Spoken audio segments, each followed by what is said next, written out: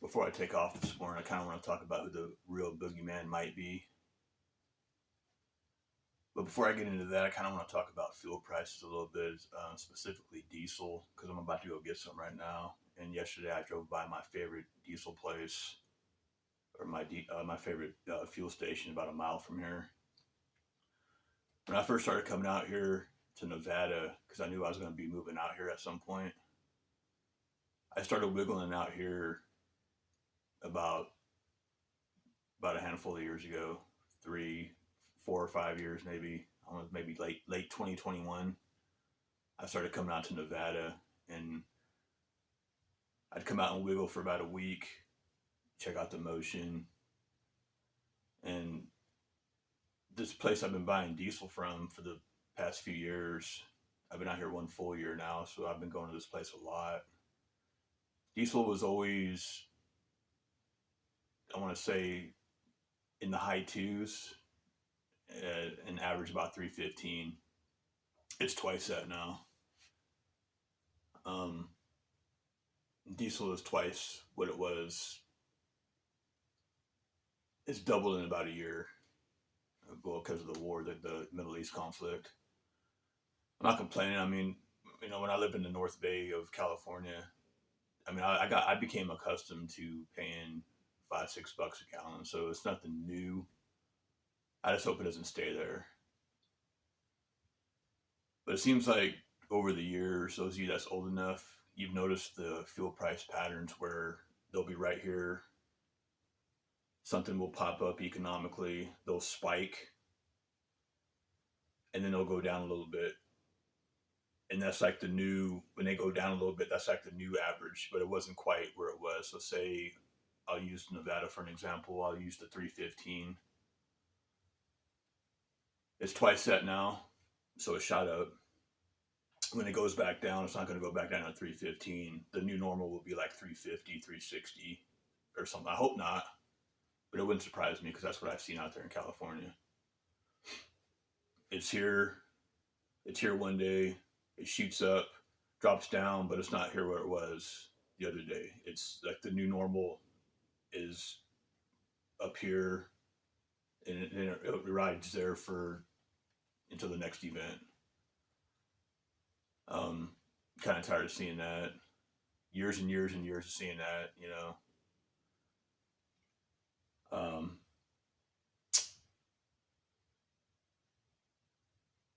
the real boogeyman, or who the boogeyman might be. I can only speak for California because I've always lived out there until recently. But like, I never understood California fuel price or California fuel period. When I was a kid, they had all kinds of refineries around the Bay Area. California rides on oil. They could easily be drilling in California. You hear California residents talk. They'll tell you, California could be its own country, and it could be. It could be, but they're not doing anything innovative enough to really make it that. Um, California should be producing its own fuel, and California residents should be paying probably the least, maybe with the exception of Texas. California should have the second or third lowest fuel prices in the nation because of their resources, but it's one of the highest. Um, I never quite understood that. Whatever they're doing out there is just it's not good. It's not good for the citizen. I know this tribe that's up north, up in Washington, because they were working at our casino, and we were chopping it up one day, and he was telling me that his tribe up there, next to their casino, they have their own fuel station, and for tribal citizens and tribal employees that work at the casino, even if they're non-native, they have a card, either your tribe or your employee. They present that at the fuel station, and they get like a discount on their fuel per gallon. And I thought that was pretty innovative. California tribes should consider that. Have your own fuel station, and then give your tribal citizens and your casino employees, native and non-native, discounts. But there's nothing innovative going on in California. You're never going to see that. People want to play Democrat. They all love Newsom out there. I don't know why. Um, they're just not doing a whole lot. They're not doing enough. Um, you have a serious lack of creativity out there, and it's politics. Old money, the old power in California sits on any good new idea. That's why a lot of people are bailing out. That's why a lot of people have left California, unfortunately. Um, Early on with my people, I want to talk about the Native Americans. Some of us have casinos. Some of us have very lucrative casinos. Long before that, before we started touching money, I remember people coming to us and saying other people that had already had their establishment, they already had casinos. They were kind of giving us a little bit of game, stuff like vote with your dollar. You vote with your dollar, and you make your money bounce within your community. So let's say someone that owns the shoe store, someone that owns the deli, someone that somebody's wife owns the hair salon. So you'll get your haircut, you go get your lunch, and then you go check out the shoes, and you're making your money bounce all within your own little community. That's how you vote with your dollar. So you're kind of doing both. You vote with your dollar, and you're making you're keeping the money within your own community. That's how I wanted to see the casinos play Monopoly. Some of the bigger, more lucrative casinos play Monopoly and do that. Buy the shoe store, buy the salon, buy the deli. We take our casino money, put it back in their own businesses. We're not doing that either. And I know that we're not. I'm not sure about other tribes. Other tribes might be. Like the gas station up in Washington. I told you that. Right? It's pretty hard to vote with your dollar. And it's pretty hard to make your money bounce within your own community because what is there? Every time you flip something over, it's made in China. So you're not voting with your dollar there. Been like that for what, 40, 50 years? They got you suppressed. If you're going to buy something American made, you're going to pay for it. Now, the quality may be there, and you're going to pay a lot for it, but not everybody can afford it. That's why we got when I was a kid, it was TG and Y. And then then it went into the Walmarts and stuff like that, and these big box stores that are affordable because so many people are suppressed. You buy what you can afford. You go in there and you buy. Everything's made in China.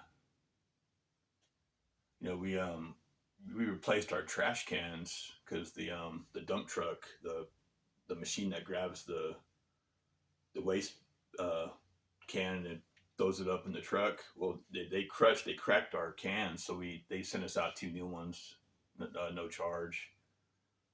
But they're made in Mexico. I looked at the bottom of them and it says made in Mexico down there at the bottom, and nothing's made in America. And you almost have to wonder that this is all set up by design. So going back to the boogeyman, it almost seems like right now, with everything going on right now, from what I've seen in my past, it wouldn't be an exaggeration to say that America is the boogeyman that puts you to bed. And then you got these other places like China and Iran. That's the boogeyman in your closet and under your bed. But your main boogeyman is the one putting you to bed, reassuring you everything's all right. I mean, I voted for Trump. I love America. My people have always been here. But when you step back and look, man, you really got to wonder. Um, I'm still kind of waiting for, I remember back in '08, I voted for Obama, and I fell for it too, just like all you guys did. You might not admit to it, but I voted for Obama. I fell for the, we need change speech. I'm still waiting for that. Still waiting for that. And then now Trump, I voted for Trump. And this MAGA, the Make America Great Again, been hearing that for 6 years. I'm waiting for that. You know, when I first heard that, I'm thinking, well, does America come first now? I'm waiting for that. When's that going to happen? Look at the fuel prices. You know, look at everything. Trump's been in there for 2 years now. What's the next 2 years going to be like? You don't have like forever. So now what? What's the rest of this year going to be like? What's next year going to be like? Are we going to see any real enhancement in anything innovative? Are we going to see anything better for us, the people? And